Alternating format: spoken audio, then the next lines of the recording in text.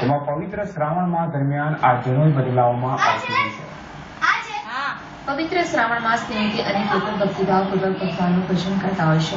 ત્યારે બ્રાહ્મણો દ્વારા આ માસમાં જનોઈ બદલાવીને નવી જનોઈ પહેરે છે।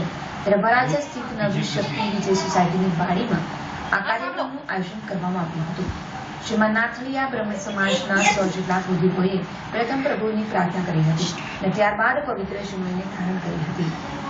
આજે અહીંયા અમારા સમસ્ત નાથળિયા ઉમેદવાર સમાજ દ્વારા નવી શક્તિ વિજયની વાડીમાં જનોઈ ધારણ કરવાનો પ્રયોગ જે હોય છે શ્રાવણી નિમિત્તે એના માટે બધા મળ્યા છે। જનોઈ નવી ધારણ કરવાનો શું પ્રયોજન છે? જનોઈ જ્યારે અમને આપવામાં આવે નાના હોય ત્યારથી પછી એને દર શ્રાવણ મહિનામાં નવી પાછી ધારણ કરવાની હોય, જ્યારે સૂતક લાગે ત્યારે એને બદલાવાની હોય। જે કેટલા બ્રાહ્મણો દ્વારા અત્યારે જનોઈ બદલાવાનો? ત્યારે અમે અહીંયા 100 બ્રાહ્મણો દ્વારા નવી જનોઈ ધારણ કરીએ છીએ। બ્રાહ્મણોના જણાવ્યા અનુસાર હર વર્ષે પવિત્ર શ્રાવણ માસ દરમિયાન આ જનોઈ બદલવામાં આવે છે। ત્યારે બ્રાહ્મણો સવારથી સ્નાન કરીને ભગવાનનું પૂજન કર્યા બાદ જનોઈ ધારણ કરે છે। હિતેશ ચિત્રોડા, ગુજરાત ન્યૂઝ, સુરત।